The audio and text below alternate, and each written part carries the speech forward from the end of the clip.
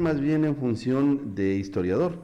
Yo fui comunicador social, trabajé 35 años en el Congreso Nacional, terminé mi carrera jubilándome como funcionario de la Asamblea Nacional y eso me permitió vivir en el entorno político de este proceso democrático. El Ecuador retornó a la democracia hace 45 años y entonces me tocó, ¿no?, vivir, exacto, entonces me tocó vivir todo este proceso. Conocí a muchísimos de los políticos y políticas lojanos, por ejemplo, que fueron a Quito como sus representantes, y dentro de eso me especialicé en historia política del Ecuador.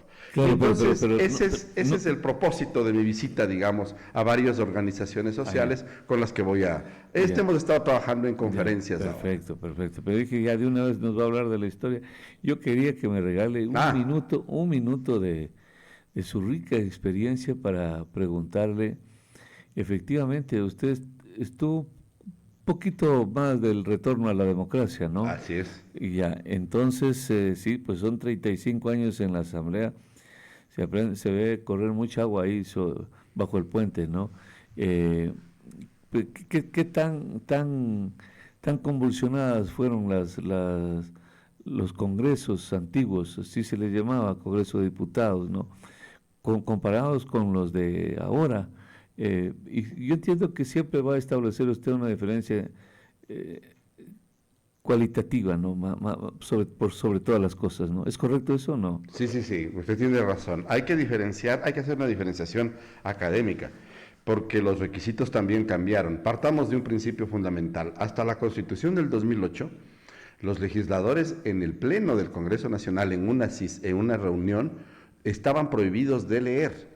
Entonces, si usted recuerda, o los oyentes recuerdan las sesiones del Congreso hasta antes del 2008, el presidente le daba la palabra a un legislador, a una legisladora, y si quería citar un libro, quería citar un artículo de la ley, de la Constitución, tenía que pedir permiso, señor presidente, que el señor secretario lea el artículo tal, o permítame, voy a leer yo el artículo. ¿Qué significa eso? Porque el origen del parlamento, de la palabra, es parlar, es hablar, es la palabra. Charlar. Entonces estaba prohibido de leer, y eso nos dio unas circunstancias muy importantes. Por ejemplo, una anécdota en tiempo de que no recuerdo quién eran los legisladores de Loja, pero sí uno de los de la SUAY era Juan Cueva Jaramillo, doctor, abogado, escritor, historiador. Era una eminencia. Exacto. Era una eminencia. Y me parece que fue diplomático después. Creo que fue diplomático en la administración de Rodrigo Borja. Sí. Él se enfrenta a Nicolás Lapenti, que todavía era legislador social cristiano y no era todavía prefecto del Guayas, que creo que fue 14, 16 años. Sí. Joven debió haber sido. Pero Nicolás no era muy bueno de palabra, y entonces necesitaba ayudas. Era bueno con la raqueta, pero no con la palabra. Exacto. Entonces necesitaba ayudas visuales para hilar la intervención. En una intervención, no recuerdo si fue algún juicio político, Nicolás tenía sobre una pila de libros unas hojitas con impresión grande que le permitía tener el tema y una ayuda a memoria. Una polla. Que era una polla la que usamos. El tiempo de antes, claro. Entonces, en un momento alzaron la voz y algo pasó, porque el problema de aquel entonces era la violencia. El problema es que había mucha violencia física, lamentablemente, hasta que llegó el general Fran Vargas Pasos como legislador en el año 96. Se prohibió hasta entonces que los legisladores y sus guardaespaldas vayan armados. De ahí los legisladores entraban al salón armados. Hubo una muerte de un diputado. De un guardaespaldas. Un diputado, ¿se acuerda de Serra? Eso le iba a decir, Julio Ayala Serra. Él era diputado, ¿no? Él era legislador de la Democracia Popular, pero le disparó a un guardaespaldas saliendo del parqueadero, a un guardaespaldas de Averroes Bucará. Por eso le digo, pero de parte de un diputado. Eso sí. Julio entregó el arma a la policía, a la escolta legislativa que estaba al ladito, porque hubo respuesta del otro lado también. El problema es que al momento que dispara primero Julio, al verse agredido, dio certero el tiro en el pecho y mató al guardaespaldas. Pero le decía, Sí, regresemos al en el incidente, al tenista. el momento en que hay un incidente, levantan la voz y Nicolás se regresa y en ese momento el Juan cruza el pasillo donde estaban los bloques de la izquierda democrática y los socialcristianos que no se llevaban y le quita las hojas. Y entonces le cambia el orden de las hojas y le regresa al libro. Cuando ya se calmó todo, siga en la palabra diputado Lapenti, el Nicolás no tenía idea no sabía por dónde. Exacto. Ahora, ¿por qué le hago esta referencia? Qué terrible eso. Porque lamentablemente hoy se cambió el reglamento y desde el 2008 los legisladores y las legisladoras sí pueden leer sus textos. Todo. Pero ahora es al revés. Pero no puede decir nada de su intelecto, de su cosecha, porque todo es en el teleprompter, con la presidencia, todos los legisladores leen todo. Pero ni así hay argumentación. Ni así. No hay argumentación, perdónenme que les claro, que porque les no saben ni siquiera leer. Exacto. O sea, ni siquiera aprendimos a leer. Y yo les he dicho a los legisladores, bueno, yo ya estoy jubilado varios años, ya no me relaciono políticamente con ninguno de ellos, pero les he dicho en redes sociales y cuando les veo en la calle todavía, a ver, a mí me parece que hay que volver a ese análisis y tratar de forzar la intervención hablada, sin el recurso adicional técnico, porque cuando uno tiene una intención política, un discurso político fogoso, pero tiene un papel adelante, o es actor de televisión, de radio, para poder hacer un buen papel, o está perdido. Hay intervenciones larguísimas con los mismos temas, se repite el mismo tema, el mismo argumento. Eso, por ejemplo, yo no voy a calificar... No hay pasión ahí. Exacto. No voy a calificar la situación política ni de un lugar, ni de otro, ni de una persona, ni de otra. Pero la calidad del discurso de Carlos Julio Rosemena Monroy, de Carlos Feroz Blum, de Jorge Zavala Vaquerizo, de Asad Bucaram El Halim, que no tenía título universitario ni nada, pero tenía un verbo excelente. Rico, el propio Febres Cordero. No se diga Rodrigo Borja, Jaime Hurtado González, René Muller, Manuel Córdoba Galarza, que él sí es un legislador que lamentablemente falleció en el Pleno, si usted se recuerda. No, él ya no lo En 1980, apenas un añito que iniciada la democracia, creo que fue en el mes de septiembre, de octubre, pide la palabra el Manuel Córdoba Galarza, fundador de la Izquierda Democrática junto con Rodrigo Borja, y lamentablemente cuando le da la palabra a Asad Bucaram, diputado, tiene usted la palabra, se para y le da un infarto. Entonces lamentablemente se cayó en la misma curul, le asistieron, le llevaron al hospital militar que está muy cerquita del Palacio Legislativo, pero ya no. Esa fue la única muerte en el Pleno, pero sí hubo un disparo en el Pleno. Acuérdese que el expresidente Otto Rosemena Gómez, en octubre de 1980, debatiendo el juicio político a Mancero Samán, que era el ministro de Bienestar Social en aquel entonces de Osvaldo Hurtado, se iba a privatizar el aporte femenino al IES, y era el debate con Pablo Dávalos Dillon, que era presidente de la Federación de Médicos del Ecuador, diputado conservador por la provincia del Chimborazo. El momento en que del un lado al otro, en el YouTube hay trabajos de Robinson Robles, que es historiador, de Fabricio Vela, que cuentan, de hecho yo también tengo un video donde cuento este detalle, porque yo muy jovencito fui testigo. Otto Rosemena saca un revólver bañado en oro, que cuando fue presidente interino en 1968, le tocó viajar a los Estados Unidos, visitarle al presidente, también interino en los Estados Unidos, Lyndon Johnson, sucesor de Kennedy, que después del asesinato. Entre los dos sucesores, porque Otto fue elegido por una constituyente, cuando salíamos de otra dictadura, se visitan entre ellos y el uno les regala unas cosas, y Lyndon Johnson ha sabido regalar a sus visitantes ilustres un revólver bañado en oro, la cacha bañada en oro. Entonces Otto con ese revólver, era muy exhibicionista. El detalle es que los legisladores llevaban el revólver en el cinto, por si acaso había algún conflicto. Como que fueran agentes del policía. Como que fueran vaqueros del oeste americano. Y al llegar a la curul, abrían el maletín y ahí le colocaban el revólver. Cerraban el maletín, bajaban el maletín y se hacían los debates.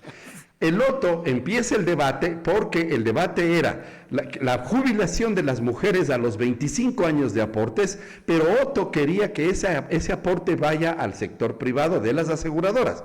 Pablo Dávalos, siendo inclusive conservador, defendía como médico, en cambio, que ese aporte se quede en el Seguro Social.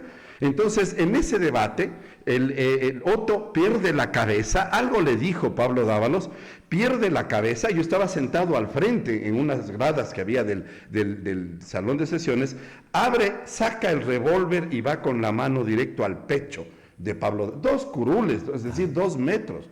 El guardaespaldas de Otto logra lanzar la mano y le baja el revólver hasta la altura de la pierna, y Otto dispara y le da en el muslo izquierdo a Pablo Dávalos. El tiro rebota, ahí estaba un lojano, el tiro rebota en el piso y le da en el dedo gordo del pie a Pío Osvaldo Cueva, que estaba sentado al lado de... Acaba de fallecer.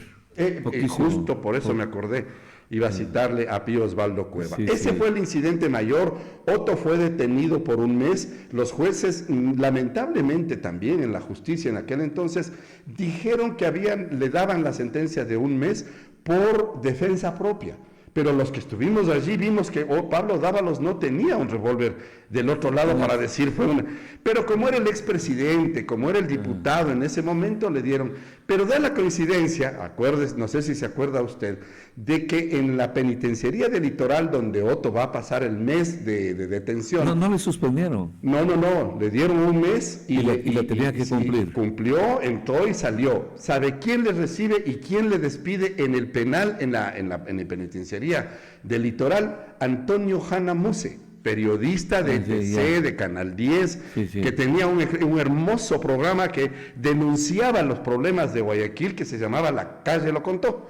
Se paraba en el bulevar del medio de la avenida 9 de octubre Guayaquil, y desde ahí, con una voz muy especial, narraba. Es elegido alcalde, se mete en un lío de la compra de una procesadora de basura, le meten preso porque le descubren que había estado haciendo mal los contratos, y está detenido en la penitenciaría. Cuando llega Otto, Antonio Hanna le recibe y luego le despide en el mes. A ver, yo cuento estos detalles porque mi propósito es precisamente... Pues que usted es un historiador. Este país y sus electores deben pensar su voto por cualquiera de las opciones. Ahora hay 2 opciones, estamos de cara a una segunda vuelta, recordando la historia.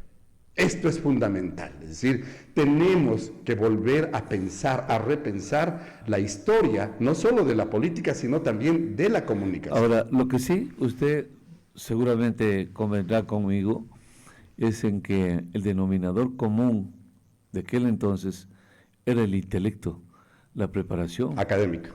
Eran eminencias, ¿no? Sí. Eran tipos eruditos. Sí. No hay por dónde perderse. Ahora es exactamente lo contrario. Qué pena tener que opinar así. Claro, pues no consigue uno, pero ni buscándolo, decía un amigo viejito aquí, decía, ni con palo de romero, no sé por qué siempre decía eso, pero no se los consigue, no haya usted un orador, no haya una persona intelectual que evidencie, ¿no?, su grado de erudición, no lo va a hallar por ningún lado. Es imposible, es casi imposible. No es que sí, por ahí hay, pero no, es que definitivamente casi, es que no hay. Imagínense, empezando por la presidencia, ¿no? Desde la presidencia hasta donde usted vaya, no encuentra las comisiones, basta ver las presidencias de comisiones en manos de quienes están, y usted ahí tiene una conclusión, ¿no? Saca. Sí, yo le iba a decir que tuve una buena relación con Carlos Julio Rosemena Monroy, por ejemplo.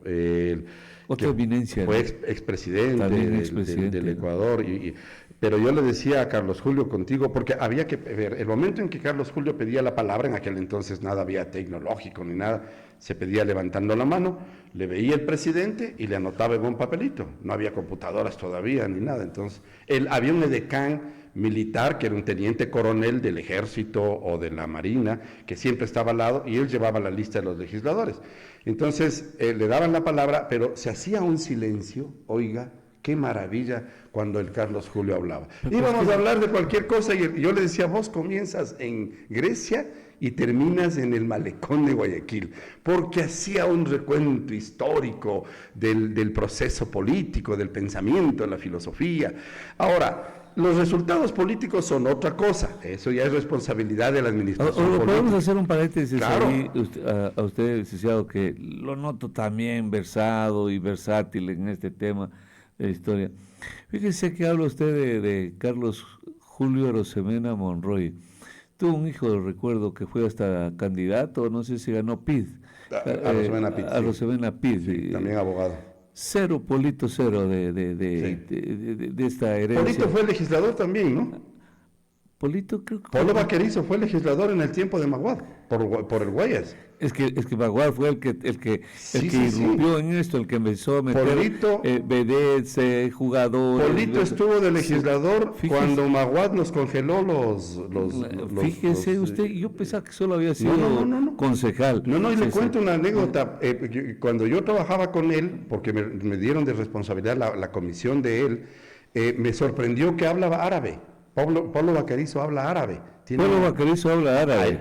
Sí, vino una delegación de algún país árabe, no recuerdo exactamente. Tiene la careta de árabe. Sí, vino, le fuimos a recibir al aeropuerto, me pidió que le acompañe, y cuando le acompañé, no necesitó traductor. Les recibió en árabe, hablaba árabe y entendía bien el inglés también. Bueno, pues que no se olvide que Guayaquil, fundado casi solo por árabe. Le voy a contar una anécdota claro. Del Polo Vaquerizo. En medio de este drama del congelamiento bancario y de todo, los legisladores tenían 10 minutos para pedir la palabra y hablar de un tema. Ya. En determinado momento me sorprendió, porque esta es una anécdota que quedó en todos los políticos y los comunicadores de aquel entonces. Pide la palabra, era presidente Juan José Pons, el presidente del Congreso, pide la palabra a Polo Vaquerizo, le dan la palabra y Polo, gracias señor presidente, y se queda así, como que espero que estén, ¿y qué pasó? Se quedó callado, y seguía callado. Entonces Juan José le dice, señor diputado, tiene la palabra. Señor secretario, si el diputado Polo Vaquerizo no va a hablar, dé la palabra al siguiente. No, presidente, un momentito, yo puedo hacer con mis 10 minutos lo que quiera. En honor a la situación que está pasando el pueblo ecuatoriano, no quiero hablar, pero son mis 10 minutos. Yo puedo hacer lo que quiera con mis 10 minutos, y en mis 10 minutos no quiero hablar. Derecho al silencio.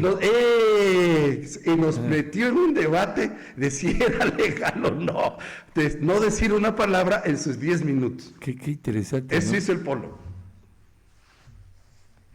Y nos dejó cero, Polito, cero. Y nos dejó, porque también hacía esa, qué pena, pero también hacía esas payasadas. Claro, estas payasadas muy lindas, de todas maneras, ¿no? Pero le cuento las anécdotas.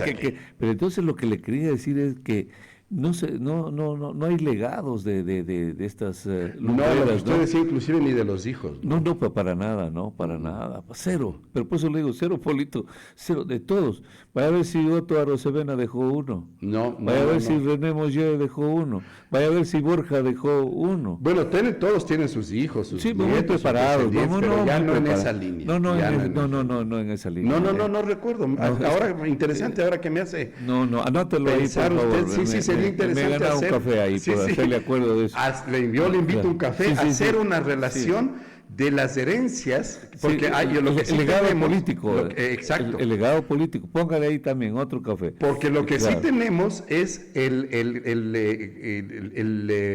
la preparación académica de los legisladores. Hay un estudio de la Flaxo que tiene el estudio académico y que termina decidiendo como conclusión final del proyecto, del estudio, de que no influye en la calidad de un legislador la capacidad académica. Es que fíjese, otro tema interesante. Tienen una carpeta a reventar de títulos. Ahora, es impresionante en cambio lo que pasaba antes. Pero una carpeta así, es que yo soy PH, yo soy MGS, yo soy magister. Esto, placas de Manaví, MBA, todo, una cantidad de títulos de maestrías, pero de conocimiento cero, Polito, cero. ¿Pero eso habla mal de la formación? Sí, pero no nos queremos meter ahí en ese terreno fangoso, ¿no? ¿De quién depende? ¿Cómo eran esos talentos, esa instrucción? Es que si usted, yo estoy leyendo un libro de Alan García, créanme que es un manjar, pero es que es un manjar. Habló de lo que usted ya dijo, de esta gente que ahora empiezan con los teleprompters. Entonces él dice que es una irrupción en el orador, que se interrumpe, que el mismo público meten cohetes, dice, por ejemplo, en una tribuna de estos cuando están metiendo cohetes, entonces la gente se queda como mensos mirando al cohete para arriba y al orador lo dejan ahí solo. Es una locura. Ah, qué bueno. Es una locura. Porque le recuerdo que Gabriel García Márquez también decía lo mismo. Él decía en mis conferencias, yo no prefiero utilizar nada tecnológico. Todavía no entraba, eran las diapositivas. En ese entonces recuerda que teníamos unos proyectores de diapositivas. Porque decía el lector, el oyente que está esperando la conferencia, se distrae leyendo un texto al que... Exacto. Y me parece mediocre, decía Gabriel García Márquez, que una persona que interviene, un conferencista, se pase leyendo las mismas placas que está viendo Exactamente. O sea, no tiene sentido, regálenle las placas y... Solo para darle un dato, dice que siempre habla de este poema de Calderón de la Barca. Ya. Dice que se lo pegó 40 veces para poderlo memorizar y para que la gente lo pueda procesar, asimilar, digerir sin ningún salto. Que hay ocasiones en las que, como no es suyo ese poema, entonces hay que aprenderlo, pero hay que aprenderlo bien y de memoria, bien, no hay cómo fallar, no hay cómo saltarse, hay que decirlo de la manera más literalmente posible. Entonces, pero vaya a ver si esta gente le va a leer estos libros. No ha leído los libros de estos, no han leído otros, no tienen ese acervo cultural rico, entonces ¿de dónde van a sacar? Y ese es el propósito de mi presencia, no solo aquí, sino en la difusión, por ejemplo, del papel de Matilde Hidalgo en la consecución del voto femenino hace 100 años, sí, me imagino. como una lucha personal. Porque Matilde la hizo solita. Ella se fue y se paró valientemente un domingo en elecciones y les dijo, vengo a votar. Y le dijeron, no puede, usted es mujer. Y ella les dijo, ¿y por qué? ¿Qué es lo que pasa? Porque ¿dónde hay una ley que diga que las mujeres no votamos? Cuando revisan, cierto, no hay una ley. Ya, no está en los padrones. Y para estar en los padrones, ¿qué hay que ser? Ciudadano. Y para ser ciudadano en este país, ¿qué hay que ser? Varón. ¿Y las mujeres? Chuta, hay un vacío constitucional. Ahí, porque yo lo que quiero destacar de Matilde, más allá de que sea lojana, de Celica, de Alamor más bien, ayer me estaban corrigiendo un historiador lojano, me decía, es de Alamor y ha sido la autora de él. ¿De Alamor le dijeron? Sí, me dijeron, todavía no, ya me levanté muy temprano, ya no pude revisar, voy a revisar. Nosotros hemos creído que es de Zaruma, ¿no? Exacto. Que es de Zaruma, de la hoy provincia de El Oro. Pero ella genera este movimiento que luego termina siendo el reconocimiento del voto femenino. Claro, muy lindo su trabajo, debe ser maravilloso. Yo lo que le quiero contar aquí en corto nomás es que el intelecto de la mujer ahora es evocar el nombre el trabajo de Matilde Hidalgo y cada segundo, si puede, invoca su nombre, ¿no? Entonces, solo a eso se remiten. Entonces, que Matilde Hidalgo, a mí ya me tienen las mujeres en los discursos. Vaya a ver usted, se lo aprenden, leen la biografía de Matilde Hidalgo, pero ellas no intentan parecerse a Matilde Hidalgo en nada. ¿No ve cómo ahora son las mujeres, la lucha femenina? Se desnudan, se orinan en las plazas públicas. ¿Ha visto usted esas locuras que hay, esos actos demenciales del movimiento femenino? Claro, estos movimientos femeninos que nadie sabe cómo se gestaron, ¿no? Entonces, ¿cómo es esa contradicción? Que hablan de esta mujer, que es portentosa, ciertamente, pero hacen otras cosas. Ahí tiene que usted soslayar ese hecho, seguramente, ¿no? Sí, le tocará. Lo que hay que buscar es la profundidad de la intencionalidad del concepto. Del mensaje, claro. Porque lo otro, en la parte histórica, usted conoce que hay un área que se llama historiografía, que es la que relata los hechos y las fechas, nada más, que es como nos enseñan historia, no nos enseñan los contenidos.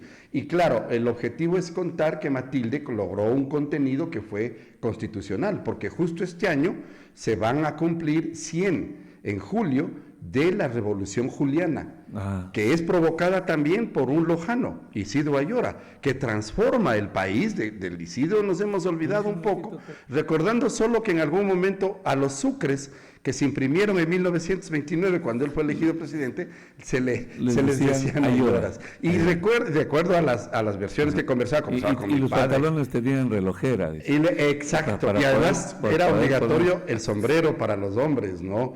De hecho, hay una disposición municipal todavía en el municipio de Quito, que todavía se sostiene, que era obligatorio ingresar a las sesiones del Consejo con sombrero. Pero además, las monedas de 50 centavos de sucre se les decía lauritas. Si al sucre le decían Ayora, a la de 50 le decían Laurita, porque la esposa de Isidro Ayora se llamaba Laurita. Así, la Laurita, claro. Ginecólogo distinguido. Además, uno de los que primero propone y crea un hospital ginecológico para atención a las mujeres, porque lo demás era... De hecho, la maternidad de Quito se llama Isidro Ayora. Exacto, era de matronas, era de quienes habían aprendido, claro, en el ejercicio de la calle.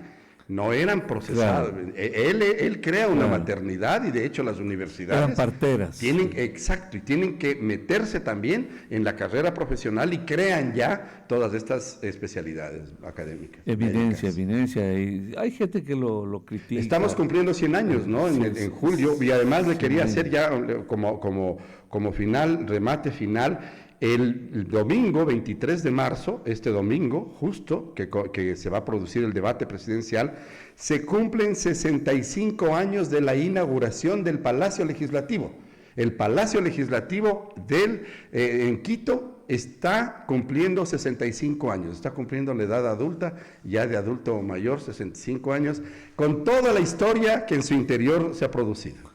Muy bonito. Bueno, licenciado, quiero desearle el mejor de los éxitos. Yo le agradezco mucho. Cuéntenos su agenda rapidísimo para... Hoy hay una presentación en el Café Cultural Cuna de Artistas a las 7 de la noche.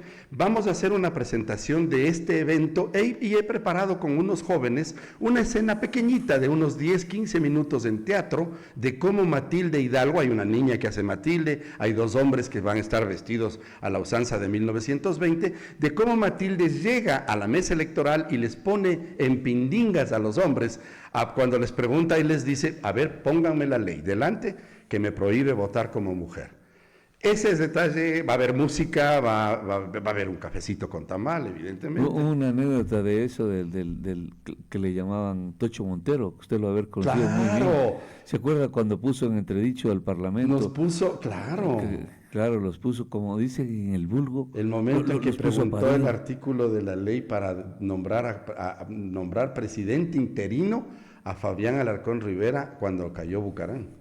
Recuerdo de Moreno, claro. Fue fenomenal. Montero, claro. Jorge Montero, hoy alcalde de su cantón, de Calvas. Es alcalde. Sí, es alcalde. Qué bueno. Saludos si nos está. Sí. Tenía una voz de locutor, tenía una voz y se preparaba mucho. Qué bueno. Sí, bueno. Un vocinglero, callejero. Porque de condumio intelectual cero, polito cero. Yo no quería meterme en esa. Sí, pero déjemelo a mí de todas maneras. A veces no hay ahí ejemplo, pero usted los conoce bien. Y ahora estamos en un tiempo en que ya no nos guardamos nada y les estamos diciendo, porque ya basta de esa actitud bodosita de no decir, ahora les estamos diciendo, nos decimos porque... Hay mucha agresividad verbal entre ellos. Claro. Y eso hace perder el concepto. Él probablemente es uno de los prototipos del populismo más avieso, avergonzante de la política. Entiendo que era CFP, ¿no? Claro. CFP. Entonces era de la línea de don Asad Bucaram el Jamín. Así entró. Entró y igual camiseteó full hasta... Él era un voto de oro ahí en el Congreso, recordará usted, ¿no? Pero era elegido por Loja, ¿no? Porque fue elegido varios periodos legislador. Es que así es como nace, eso debería aquí alguien preocuparse, es así como nace el populismo en Loja. ¿Y sabe cuál es el remedio? Cuando el pueblo conoce la historia de su país. La respeta y decide que para no repetir, para no equivocarse. Exactamente, qué bonito, nos iríamos de largo con usted, agradezco. Sí, qué gusto. Agradezco esta visita, esta deferencia. A la persona que me pidió esta entrevista, voy a invitarle un café fuerte por haber hecho esta deferencia, ¿no? De traerlo a usted para conversar de temas tan lindos de la historia. Le agradezco a usted. No, un abrazo grande, que le vaya bien. Que le vaya bien. Vamos